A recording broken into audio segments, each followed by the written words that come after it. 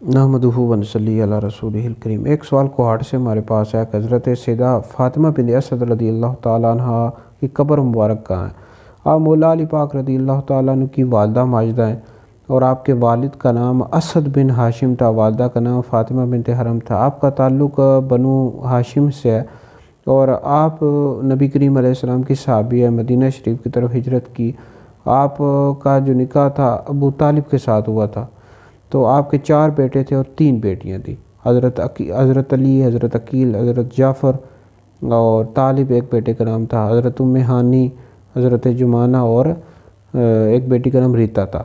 اور آپ کی نماز جنازہ نبی پاک علیہ السلام نے پڑھائی ہے اور قبر مبارک میں اپنے ہاتھوں سے اتارا۔ آپ کی قبر مبارک جنت البقیع شریف میں ہے، امیر المومنین حضرت عثمان غنی رضی اللہ تعالیٰ عنہ کی قبر کے پاس۔ اللہ رب العزت آپ کے درجات بلند فرمائے۔